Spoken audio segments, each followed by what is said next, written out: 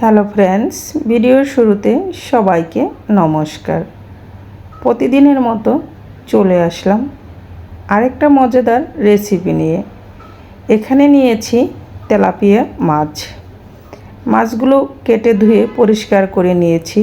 দিয়ে দিলাম হলুদ গুঁড়া, মরিচ গুঁড়া, স্বাদ মতো লবণ দিয়ে মাছগুলোকে ভালো করে মেখে নেব। টাইটেল আর থাম্বনেল দেখে তো বুঝেই গিয়েছো আজ তেলাপিয়া মাছ ভর্তা করব এবং আমি কিভাবে করি সেটা দেখতে হলে আমার সাথেই থাকো আর দেখতেই থাকো। এই তো মাছগুলো আমি গরম তেলে প্যানের উপরে দিয়ে দিচ্ছি। আমি মাছগুলো দিয়ে চুলার আঁচটা একটু লো মিডিয়াম আছে মাছগুলো দিয়ে ভেজে নেব। আর এদিকে কেটে নিয়েছি আদা কুচি, পেঁয়াজ কুচি, কাঁচামরিচ আর শুকনো মরিচ। মাছগুলো এক পাশ ভাজা হয়ে গেলে অপর পাশ উল্টিয়ে ভেজে নেব। তবে মাছগুলো একটু কড়া করে ভেজে নিতে হবে। আর তেলাপিয়া মাছ হচ্ছে সবচেয়ে কাঁটা কম। এ মাছের মেরুদণ্ড সোজা বরাবর একটা কাঁটা এবং পেটের দিকে কিছু একটা কাঁটা আছে। তাছাড়া পুরা মাংসগুলোই মাছের খুবই নরম এবং সফট। তাই তো এই মাছের ভর্তা খেতে খুবই মজাদার। ছোট থেকে বড় সবাই খেতে খুবই পছন্দ করবে, কারণ মাছের কাঁটা কম। আর এই কাঁটা কম মাছের দিয়ে ভর্তা তৈরি করতে খুবই মজাদার। এই তো মাছগুলো দেখতেই পাচ্ছ এরকম একটু কড়া করে ভেজে চুলা থেকে নামিয়ে নেব। এই তেলাপিয়া মাছ ভর্তা গরম ভাতে অসাধারণ লাগে। আর আমি কিভাবে ভর্তা করি একটু দেখে নাও। যদি ভালো লাগে এভাবে তেলাপিয়া মাছের ভর্তা করতে পারো। সবগুলো মাছ আমি ভেজে চুলা থেকে নামিয়ে নিয়েছি। আর ওই অবশিষ্ট তেলে এখন আমি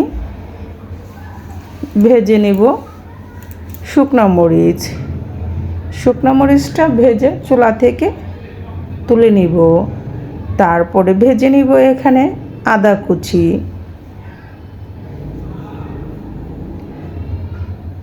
আদা কুচিগুলো দিয়ে আমি খুব বেশি কড়া করে ভাজবো না।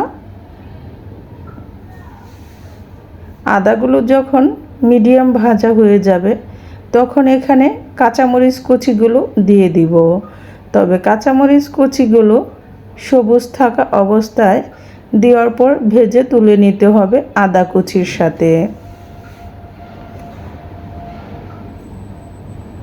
তবে আদা কুচি দিয়ে এই মাছের ভর্তাটার টেস্ট অসাধারণ লাগে।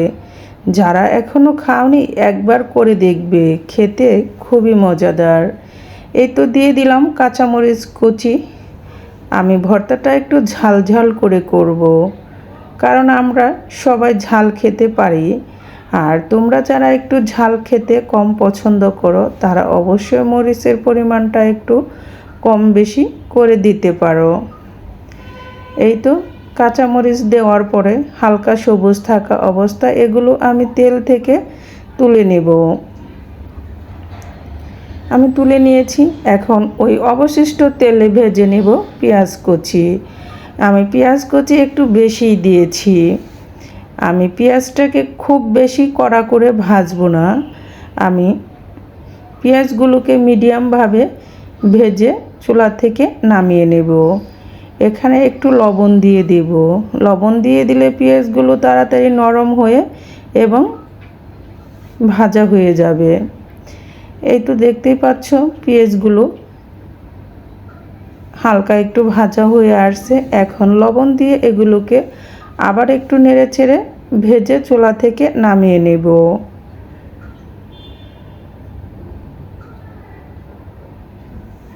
যারা তেলাপিয়া মাছ খেতে পছন্দ করে না তারাও এই ভর্তা পেলে চেটেপুটে খাবে।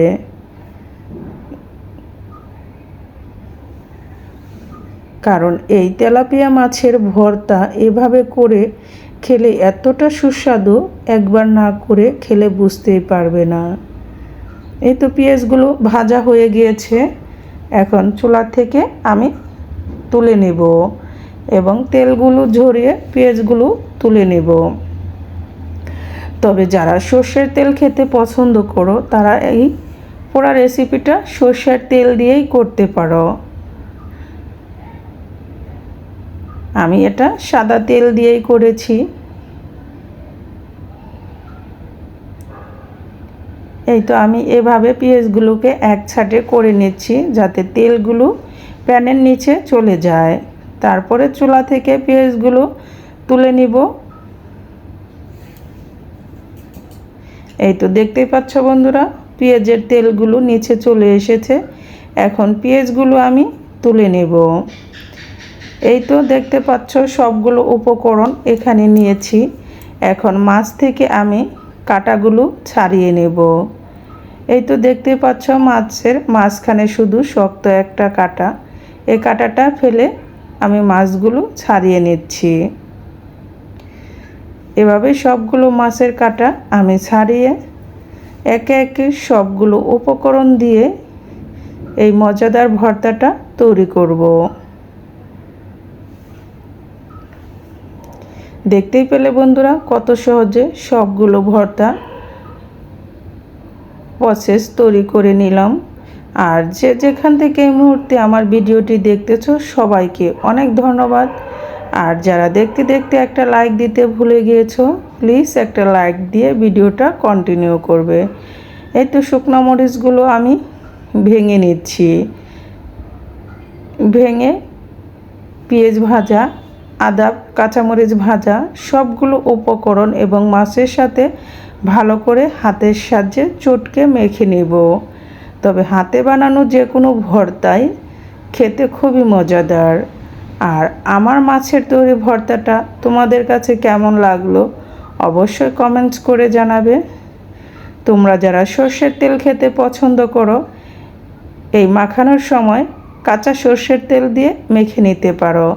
তবে আমি কাঁচা সর্ষের তেলটা দেইনি, তোমরা চাইলে এখানে দিয়ে নিতে পারো। আর আমার ভর্তাটা যদি তোমাদের ভালো লাগে লাইক কমেন্ট শেয়ার করতে অবশ্যই ভুলবে না। চলো বন্ধুরা, তাহলে গরম গরম ভাতের সাথে আমরা এগুলো পরিবেশন করে নেই আর ভর্তাটা টেস্ট করে দেখি কেমন হলো। সবাই ভালো থেকো, সুস্থ থেকো। আর আমার ভিডিওটা অবশ্যই ফলোয়ার্স করবে। এই তো ভর্তা পুরোপুরি রেডি। তাহলে আমি আজকের মতো এখানেই বিদায় নিচ্ছি। আবার দেখা হবে নতুন ভিডিওতে।